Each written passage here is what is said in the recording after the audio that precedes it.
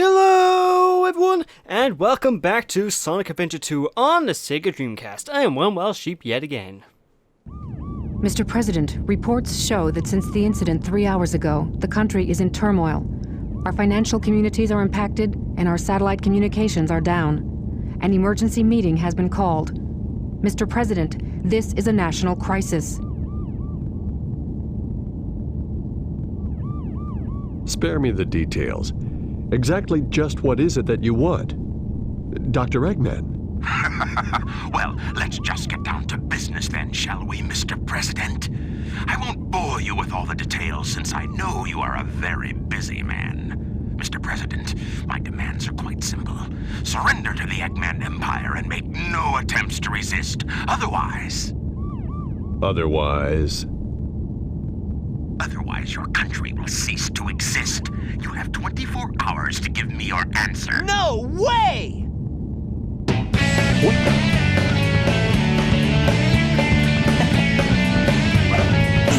Eggman Empire. Yeah, right. What the heck's going on here? Don't worry, no. Mr. President. What did you Everything's do? under control. Just leave it to us. Got it, Tails? I got it! He's transmitting from the space colony Ark! Okay, let's move it! Wait up, Sonic! Wait! Mr. President, we're receiving an incoming signal from our agent. You know, I got a question. How is it that the secretary completely ignores the existence of those two creatures that just jumped into the president's limousine? If it was up to me, if I saw a talking hedgehog and a talking fox coming to my thing while I'm having a meeting, a very important meeting, I would be a bit more... What?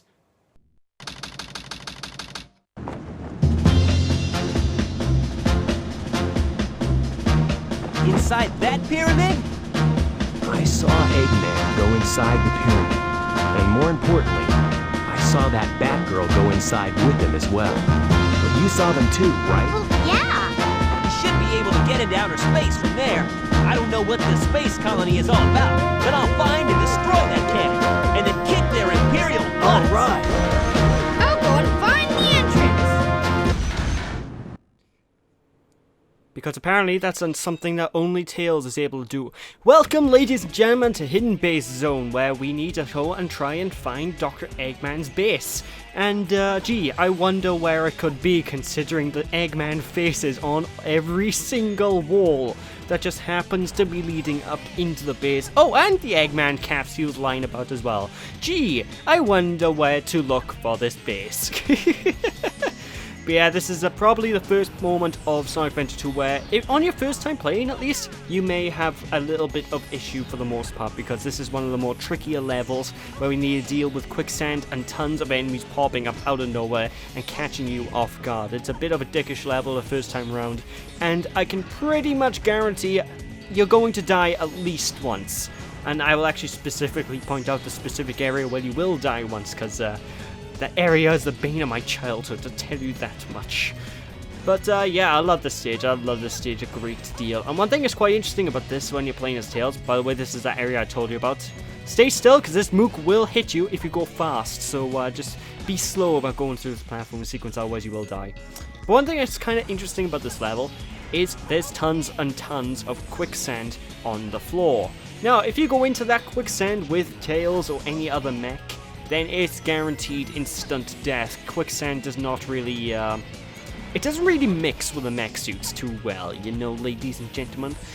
But when later down the line, whenever you get to play around with Sonic and whenever you get to play around sweet characters with quicksand, you can basically continuously jump to get out of dangerous situations. But yeah, for the most part, when you're playing in a mech suit, the quicksand is pretty much just a basic... It's a basic bottomless pit, you know, ladies and gentlemen, so you do need to be pretty damn careful about that. But anyway, one thing I do love about this zone in particular is it is littered to the brim with classic Eggman badniks. You miss these guys? I certainly did, even though they were in the last Sonic Adventure as well. But yeah, basically almost every enemy in this game is isn't a badnik. There's very few badniks in the grand scheme of things, and I kind of like the fact these base levels exist, just to call back onto some classic badniks. Like we have Coconuts, who chucks his bombs directly at us. We also have the likes of, well, the Orbinauts, because every Sonic game has to have an Orbinaut enemy. It's just rules. You know, folks. So, yeah, I do kind of like that about the stage. You do have a lot of callbacks to the badniks, and this is probably... I'm trying to think, what game comes after this? With the exception of, like, the 2D Sonic games, I think this is the final Sonic game for a really long time to include badniks in any way. Like, badniks after this point, they just disappear off the face of the earth, ladies and gentlemen, and it's a bit of a shame, because I love my badniks. They get replaced with egg pawns and generic Eggman mooks later down in the line of the franchise, which I think is a bit of a shame. I don't know, I always found the badniks to have quite a lot of character to them, you know, ladies and gentlemen. Anyway, I actually haven't really spoke about Omochao. As I mentioned in the extra part of Sonic Adventure 1, Omochao is in this game, ladies and gentlemen, and a lot of people reckon, well, not reckon, a lot of people believe that this is the first game to introduce Omochao, but no, the Sonic Adventure 1 is where he's initially introduced, but this is the first game to really make use of the guy. And for the most part, he is our hint system. He's replacing Tikal, the hint orb, from the original Sonic Adventure in this one. And basically, you touch him, and bobbly boopy, he's going to tell you, push the jump button to jump! What are you, stupid? You know, he's going to be that typical item to tell you what to do, you know, ladies and gentlemen. But one thing I do kind of like about Omochao is, especially for playing as the mechs, you can actually hurt him. Whenever he's giving you advice, you can actually throw him about and you can chuck him into badniks and you can actually damage Omochao. In which case he'll usually respond with, "Ow, stop it! You're a big meanie," and all that stuff. I don't know. Basically, if you don't like Omochao, this is the perfect game for you because you are able to just pound on him. You're able to hurt him and damage him, and some people get a sick satisfaction out of that. I know that much. Those very same people also get sick satisfaction out of Chao abuse, and to all the people who abuse Chao, don't do that. Hashtag save the Chao. Don't abuse Chao. Chao are cute creatures, you know. We need to do like an RSPCA of Chao. But I digress. Anyway, that's a pretty fun level. I do enjoy it. What can I tell you? But this next stage coming up has one of my favourite musical tracks in the entire game. It's time for another Sonic level! Alright, we're gonna go fast in Pyramid Cave, and right from the get-go, you get just blasted with speed. This is one of those really fast-paced, well, duh, it's a Sonic level. Levels of the game where you need to just try and get through everything. And if you want to get an A rank in this zone, ladies and gentlemen, what I sort of recommend is trying your best to go through each of these hoops. Whenever you go through a hoop, you will get a point bonus, and I believe this is the only way it's possible to get enough points for an A rank. Don't quote me on that, but every single time I've done this level without bothering with the hoops, I have failed to get an A rank, and you know, this isn't an A rank run, so chances are I'm not going to get an A rank in this particular zone myself, ladies and gentlemen, but, you know. But this zone's kind of weird for me. Like, I find this zone really weird just because this is one of those levels where I enjoy the level. I love playing through this level. But I don't like it because of the level design. I find the level design to be pretty blocky, pretty bland. You know, it's not the best level in the game. But, and a big but here, I love this level because you get such a good sense of speed, and the music is one of my favourite musical tracks in the game. I absolutely love this theme of Pyramid Cage. It's just got this perfect guitar riff that really kicks in, you know. I don't know, I like this zone. I like this zone's music. Not so much the gameplay.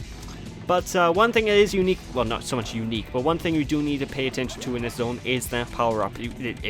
Good luck missing it. There's no way to really miss this power-up. In fact, none of the mandatory power-ups in this game you can really miss. You do need to pick them all up because, well, the mandatory. But we now do have access to the bounce bracelet, and this allows Sonic to do the brand new bound attack or bounce attack or whatever the hell it's called.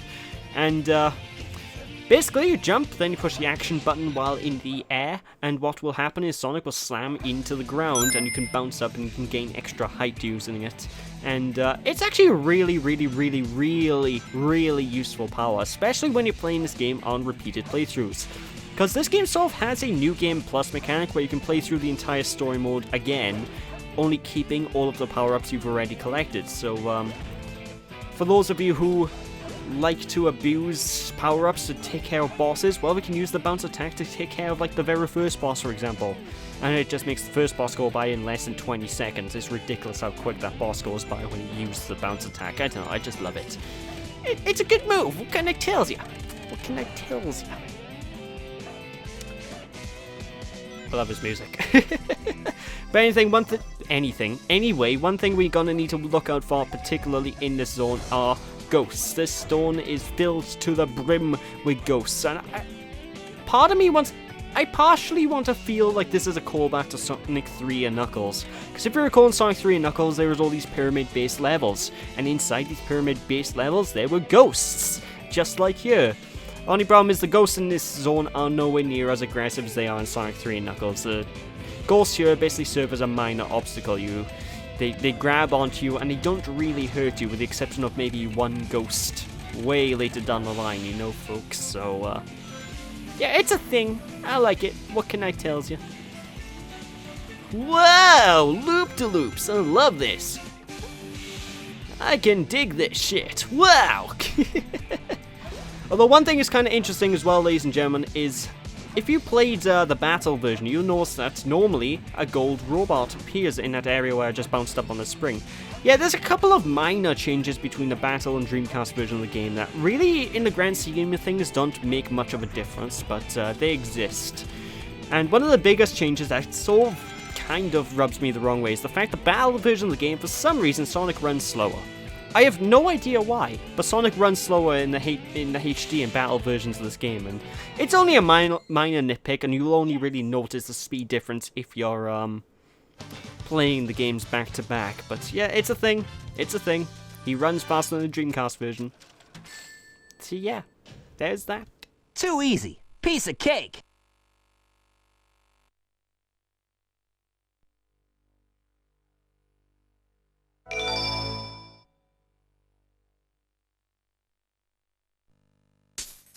Looks like we're heading toward the center of the base. That Egghead sure loves mechanical things, doesn't he? I'll bet he has 1 or 2 spaceships lying around here somewhere. I like your logic, Sonic, but it's completely flawed considering look at my room. There's so much tech here. By that logic, I have spaceships lying about. And I can assure you, I do not have spaceships. I want some spaceships. The door's locked. We need a key to get in there. No problem. We can find it. Right, Knuckles? What? Why do I have to find the key? We're counting on you, buddy. The world's greatest treasure hunter. You know, I didn't know the whole treasure hunter thing with Knuckles was canonical up until this game. Because, before this game came out, the only instance we saw of Knuckles being a treasure hunter was back in the OVA cartoon where he had the hat. Which, by the way, I love that hat. Sega, give Knuckles back that hat. That was a dope hat, if I'm going to tell you that much. But, yeah, welcome to this zone. Yay. Now, this zone is where Knuckles' gameplay starts to go a bit off the rails in terms of quality. You know, ladies and gentlemen, this is where I feel the Knuckles' gameplay sort of drops off a cliff. It's not bad by any stretch of the imagination, but you're going to find yourself getting lost quite a bit during each of these caverns and whatnot, each of these hallways. And, for the most part, you're going to find yourself digging into paintings, such as that painting I just dug into. Now, the big problem with digging into those paintings is, as you can tell by the radar only pops into action. Is that? Yeah, action. Action, that's the word I'm looking for. My brain was failing me for a second.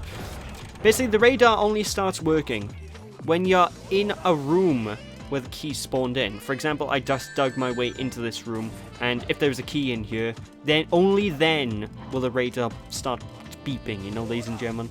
Now, when I pop out of this room, if there's a key in this side, only now will the key start beeping. So you're going to find yourself running around all of these hallways constantly, just trying to go from room to room, trying to dig your way through each of these paintings whenever necessary, because the radar doesn't pick up any keys that are in any of the rooms nearby you. Even if you're standing right next to the wall, it still won't jump into effect, you know, ladies and gentlemen. So this zone can be a little time consuming, it can be a little tricky, all things considered. This isn't the worst of the hunting levels, though. The hunting levels do get Oh boy, I don't even want to talk about how mad they get. See, people who know this game get the joke I just made because Mad Space is the name of the level, and I just ruined the joke by saying it, but that's beside the point. But yeah, like I said, before this zone, it's a bit of a pain in the arse. You do need to go through all these hallways, and you do need to keep climbing into each of these paintings. And this zone, as a whole, wouldn't be too bad, in my opinion, if it weren't for you having to climb into each of these paintings. If you weren't having to have to climb through these just for the radar to pick up a key nearby, you know, ladies and gentlemen. So it's kind of awkward in that regard.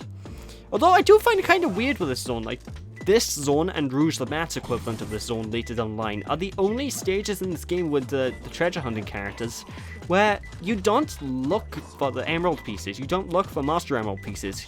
You're running around looking for keys instead in order to open up the doorway to Dr. Eggman's base. I don't know, well, the center of his base, I should say. We're in his base right now, la-di-da-di-da. But that's just semantics now, I tell you that much.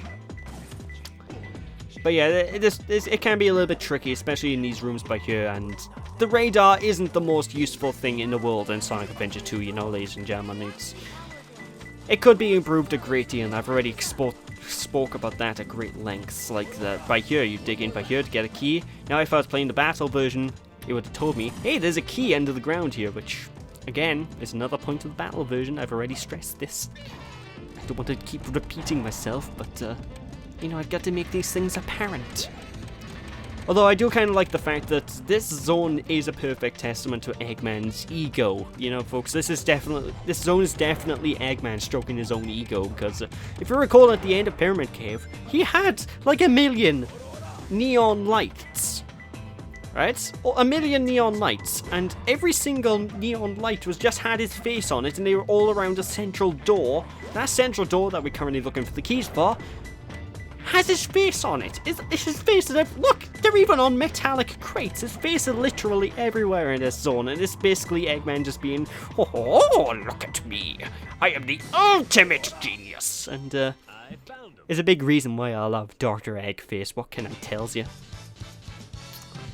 But yeah, that zone's not the best. It's okay when you get a quick run like I did, but most of the time my runs in this zone usually span between 6 to 10 minutes, you know, ladies and gentlemen, so that was an outlier, I'll tell you that much. Huh? Who's there? What the... a ghost? Oh no. Now it's time for the next boss fight against King Boom Boom. I love this name, and I love this ghost. He's so derpy. Look at his eyes. He's such a derpy ghost design. But to start things off, we're going to want to run away from him because he's going to start chucking fireballs at us. And do not run too fast around the corners because otherwise he will turn around and he will try to nip you. From time to time, you'll stop breathing fire. This is your cue to hit the ghost behind him to flip the hourglass that the ghost is holding. This will cause the ceiling to rupture open and the sunlight to dip on in.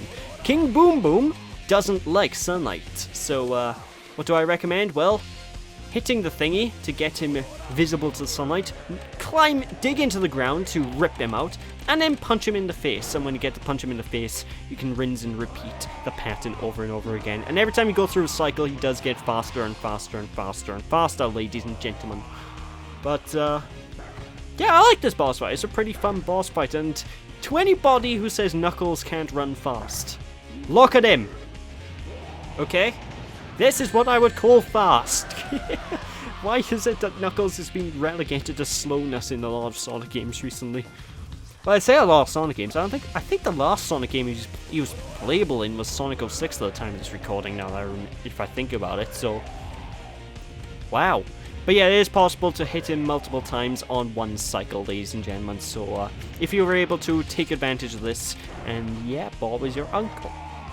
Now when King Boom's health bar goes to around the halfway point or less, he starts going into this "I'm gonna eat you, get in my belly" sort of attack. So whenever he goes around here, just run close to the wall to move around the arena quicker, and you should be safe from being nipped. If you get nipped, well, it's gonna hurt and you're gonna lose rings, I'll tell you that much. But yeah, Although I'm kind of disappointed, because during, like, I think it was the beta version of this game, Knuckles had a completely different line for when you first seen King Boom Boom, where in this version, you heard him, he went, "What? A ghost." But the beta version had such an amazing line for Knuckles, where it was just like, "What? A ghost?" It just sort of reminded me of Scooby-Doo. I don't know, I really wish they went with a beta. Well, one of the other lines for this boss, you know, one of the other takes, because, I don't know, it was a better take, it was a better way to do the line. I mean, you have to try and sound at least remotely scared. I mean, this is King Boom Boom we're talking about here. But I digress. That is it for this part, ladies and gentlemen. So thank you all for watching. Hope you all enjoyed. Don't be sheepish, people. Now catch you all next time as we take on yet another boss. Yeah, a double whammy. Ooh, oh my. So yeah, thanks for watching, people. Don't be sheepish, and I'll catch you all then. Bye! What? A ghost?